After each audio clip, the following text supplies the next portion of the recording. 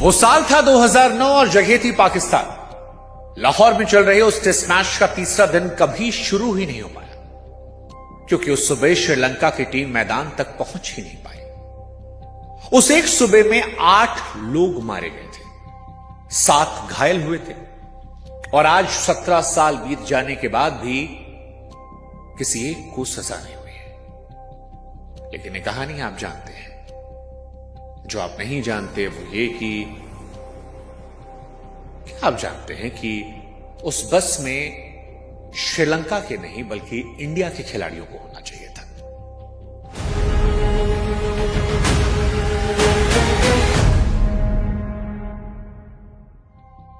पाकिस्तान का वो पूरा दौरा टीम इंडिया को करना था, जिसे 26/11 के बाद भारत ने मना कर दिया और फिर श्रीलंका की टीम वहां गई। और यहीं से वो सवाल उठा कि क्या वो जाल भारतीय खिलाड़ियों को निशाना बनाने के लिए था, जिसमें श्रीलंका की टीम फंस गई?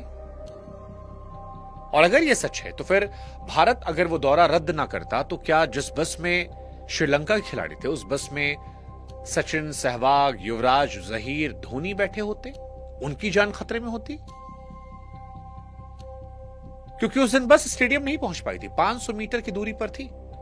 जब लिबर्टी चौक पर बंदूकें 12 लोगों ने उठाकर बस को घेर लिया था और पीछे वाली गाड़ी में अंपायर खून से लथपथ था, उसका एक साथी उसके ऊपर लेट गया था ताकि खून बहना रुक जाए। और यही वो दिन था जिसके बाद अगले 10 साल तक पाकिस्तान कोई टीम क्रिकेट खेलने नहीं गई। इसी दौरे को लेकर डर पहले से सबके मन में था। वो डर जो भारतीय खिलाड़ियों के मन में था, इंडिया के मन में था, जिसको से हम गए नहीं। वो डर जो श्रीलंका के मन में था, क्योंकि संगकारा ने अपने बोर्ड से पहले ही कहा था कि डर लग रहा है, इंश्योरेंस करवा लीजिए, क्या पता हम लौटे ना लौटे। क्योंकि कहानी क्रिकेट सीरीज से ज्यादा जंग की हो गई थी, और वो जंग कईयों की जिंदगी ले गई, कईयों को आज भी डराती है। आज यही कहानी हम सुनाने वाले हैं। नमस्कार, मैं हूं शुभांकर मिश्रा, और क्रिकेट फैंस के लिए सदमे जैसा था, सदमे जैसा था। अगर आप जिंजी हैं तो शायद ये कहानी आपको नहीं पता, मिलेनियल हैं या उससे पुराने तो आपको ये कहानी पता होगी। और इस कहानी की हम शुरुआत करें उससे पहले हमारी आपसे गुजारिश कि हमारे व्हाट्सएप चैनल से आप लोग जरूर जुड़िएगा, बड़ी संख्या में सपोर्ट कीजिएगा, हमारे चैनल को सब्सक्राइब कीजिएगा। लिंक हमने डिस्क्रिप्शन में कमेंट सेक्शन में दे रखा है। अब एक सवाल कि अगर सबको पता था कि खतरा है पाकिस्तान में, तो वो दौरा हुआ क्यों था? तो इसके लिए आपको समझना पड़ेगा कि पाकिस्तान में क्रिकेट खेलने श्रीलंका क्यों गया था। दरअसल पाकिस्तान का क्रिकेट साल 2007 में सांसें तोड़ रहा था। अक्टूबर 2007 के बाद, यानी जब साउथ अफ्रीका गई थी, कोई टीम पाकिस्तान नहीं गई। पाकिस्तान को उम्मीद थी कि भारत का दौरा आएगा और पाकिस्तान की बल्ले बल्ले हो जाएगी। लेकिन जब मुंबई हमला हुआ तो वो भी खराब हो गया। अब पाकिस्तान क्रिकेट बोर्ड को कोई भी टीम चाहिए थी किसी भी शर्त पर, तो उसने श्रीलंका क्रिकेट बोर्ड से रिक्वेस्ट की, दरवाजा खटखटाया। श्रीलंका ने हां बोल दी, क्योंकि श्रीलंका खुद डगमगा रहा था। श्रीलंका क्रिकेट को एक काम चलाओ कमेटी चला रही थी, जिसके मुखिया उनके पूर्व कैप्टन राणा तुंगा थे। दौरे पर मुहर उनके रहते लगे। हालांकि दिसंबर 2008 में वो कमेटी भी भंग हो गई थी। यानी जनवरी में जब टीम निकली तो फैसला लेने वाला आदमी कुर्सी छोड़ चुका था। अब उस चिट्ठी की पूरी कहानी। संगकारा ने कई साल बाद बताया कि दौरे से पहले खिलाड़ियों ने बोर्ड से 3 चीजें मांगी थी। पहली कि कोई बाहर की एजेंसी जाकर देखे कि यह पाकिस्तान में खेलने लायक हालात है या नहीं। दूसरा, ऐसे माहौल में इतने सारे मैच रखने की जरूरत क्या है, इन्हें कम किया जाए। और तीसरी, जो अपने आप में पूरी कहानी एक्सप्लेन करती है, कि खिलाड़ियों का इंश्योरेंस करवा दिया जाए। संगकारा की माने तो बोर्ड ने बड़ी शराफत से तीनों मांगे ठुकरा दी।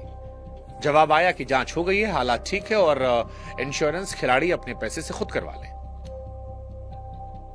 मैच घटाने से भी इंकार हुआ, क्योंकि पाकिस्तान 2 ओडीआई और जोड़ना चाह रहा था, और ये सारी बात संगकारा के कहने पर टिकी है। वो चिट्ठी जो आज तक सामने नहीं आई। श्रीलंका क्रिकेट ने ना कभी माना ना कभी इंकार किया। टीम चली गई और शुरू के 42 दिन कुछ ऐसे गुजरे जैसे कुछ हो ही ना सकता हो। एक बोर्ड को पैसा चाहिए था, दूसरे को दौरा चाहिए था, और खिलाड़ियों ने इंश्योरेंस मांगा था। अब सवाल फिर हुआ क्या? तो दौरा इतना आराम से चल रहा था, किसी को अंदाजा नहीं था। जनवरी की ओडीआई सीरीज श्रीलंका ने जीत ली। फरवरी में कराची वाले पहले टेस्ट में कुछ ऐसा हुआ जो टेस्ट क्रिकेट के इतिहास में कभी नहीं हुआ। दोनों टीम कैप्टन ने एक ही मैच में दोहरा शतक ठोका। फिर 1 मार्च से लाहौर में दूसरा टेस्ट मैच शुरू हुआ, जहां पिच बल्लेबाजों के लिए तो जन्नत है, क्योंकि लाहौर में तो हाईवे बना है। श्रीलंका ने पहली पारी में 600 से ऊपर रन बना दिए। तीसरे दिन की सुबह सिर्फ क्रिकेट होनी थी। लेकिन जब टीम होटल से निकली और ड्राइवर की सीट पर मेहर मोहम्मद खलील थे, तो बस के आगे पीछे पुलिस की गाड़ियां चली थी। पीछे एक मिनी वैन में मैच ऑफिशियल्स थे, जिनमें अंपायर साइमन टेफेल और चौथे अंपायर एहसान रजा थे। लिबर्टी चौक पर पहुंचते ही खलील को धमाकों जैसी आवाज सुनाई पड़ी। उन्हें लगा मानो कोई पटाखे फोड़ रहा। अगले ही पल कुर्ता पजामा पहना एक शख्स AK-47 लेकर बस के सामने आ गया। हमलावर 12 थे और वो सुबह से अपनी अपनी जगह लिए बैठे थे। उन्होंने बस पर ग्रेनेड फेंका, जो फटने से पहले ही बस के नीचे से निकल गया। फिर रॉकेट लॉन्चर चलाया, जो निशाना चूक गया। बस के साथ चल रही पुलिस ने जवाब में गोलियां चलाई और उसी लड़ाई में 6 पुलिस वाले मारे गए। हमलावरों ने पीछे वाली मिनी वैन को घेरा और उसके ड्राइवर को वहीं मार दिया। अब यहां एक बात साफ करना जरूरी है कि मारा गया ड्राइवर टीम बस का नहीं, पीछे वाली गाड़ी का था। कुछ कहते हैं कि 6 लोगों की मौत हुई, कुछ कहते हैं 7, कुछ कहते हैं 8, क्योंकि कहीं भी सिर्फ पुलिस वाले गिने नहीं गए और कहीं आम लोग भी थे जो इसमें फंसे। खिलाड़ी सीट के नीचे थे, सड़क पर पुलिस वाले गिर रहे थे और स्टेडियम में गेट बंद था। अब सवाल है, कौन बचा, कितने बचे? अंपायर साइमन टेफेल बाद में अपनी किताब में लिखते हैं कि उन्हें एक अंधविश्वास था कि ड्यूटी के दिनों में अपनी सीट कभी बदलते नहीं थे। उस सुबह सीट बदली थी। अपनी पुरानी जगह पर एहसान रजा को बिठाया था और खुद दूसरी सीट पर गए थे और कुछ मिनट बाद उसी सीट पर बैठे रजा को 2 गोली लगी थी।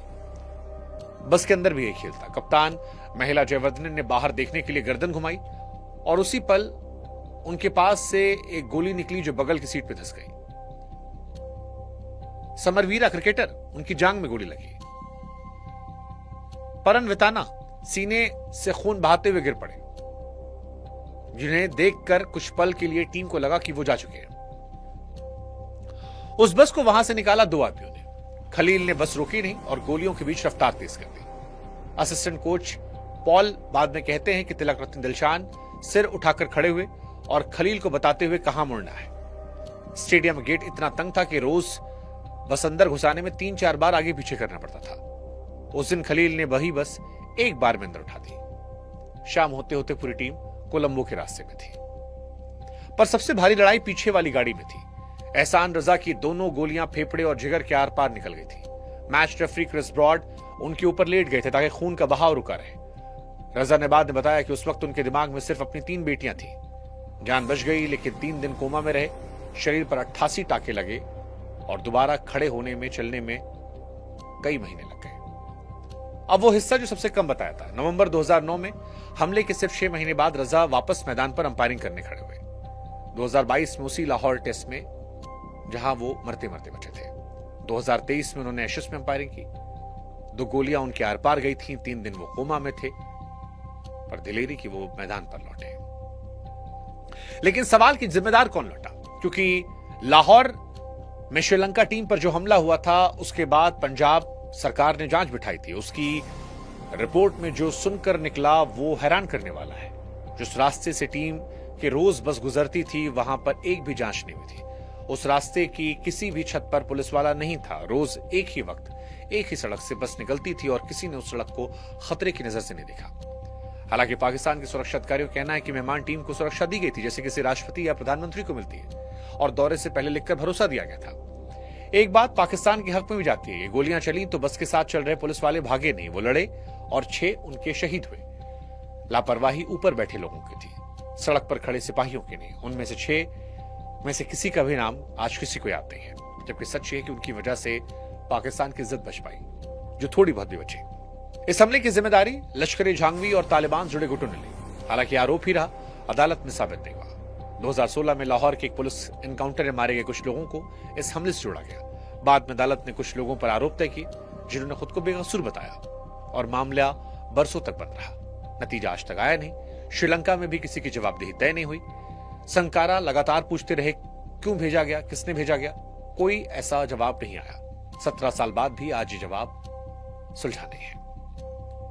अब एक तरफ यह सच है श्रीलंका उस मुल्क में गई इसलिए थी क्योंकि भारत ने मना कर दिया था, यानी वो टीम हमारी छोड़ी हुई जगह पर थी, गोली भी उसी जगह पर चली जो भारत के लिए थी।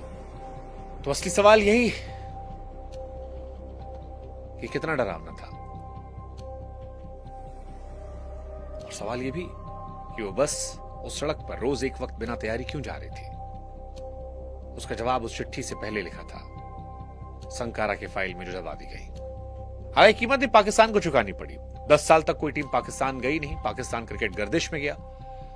2011 के वर्ल्ड कप मैचेस पाकिस्तान से छीने गए, पाकिस्तान को अपना होम ग्राउंड यूएई बनाना पड़ा, और फिर 10 साल बाद 2019 में क्रिकेट लौटा।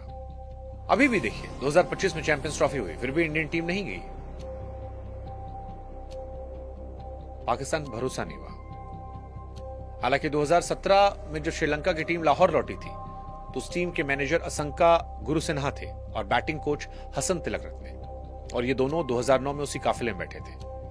अंपायर की जगह एहसान रजा खड़े थे। जिन लोगों पर गोलियां चली वो लौट कर भी आए, लेकिन एक देश ने 10 साल तक इसका दंश सहा और आज भी सह रहा है। और सोच कर डर लगता है कि वो दौरा पहले इंडिया का होने वाला।